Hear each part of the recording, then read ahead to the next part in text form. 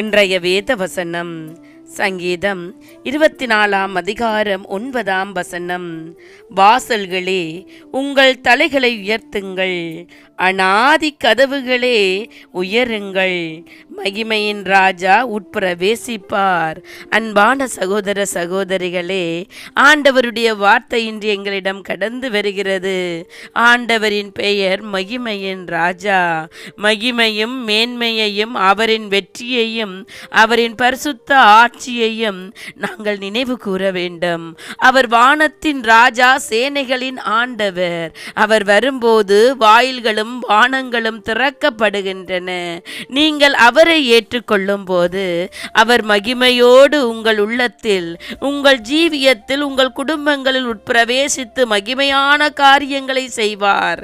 கர்த்தரின் மகிமை எப்படியாயிருக்கும்? உருக்கி ஊற்றும் பொன்னை போல் இருக்குமா? வைர வைடூரியங்களின் பிரகாசம் போல இருக்குமா? அல்லது சூரியனின் மகிமையைப் போல் இருக்குமா?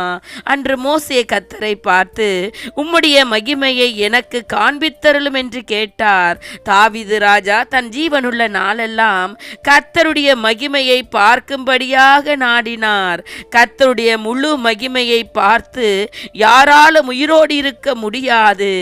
ஆகையால் கர்த்தர் தன் பரிபூரண மகிமையை யாருக்கும் காண்பிக்கவில்லை. சூரிய கிரகணத்தின் போது சூரியனை நேராக பார்த்தால் கண்கள் குருடாகி போகும் என்பதற்காகவே கருப்பு கண்ணாடி வழியாக பார்ப்பார்கள். அதுபோலவே கிறிஸ்துவின் இரத்தத்தால் மீட்கப்பட்டவர்களால் மாத்திரமே அவரை எதிர்கொண்டு செல்ல முடியும். தேவ பிள்ளைகளே, நீங்கள் மகிமையின் ராஜாவை சந்திக்க ஆயத்தமா?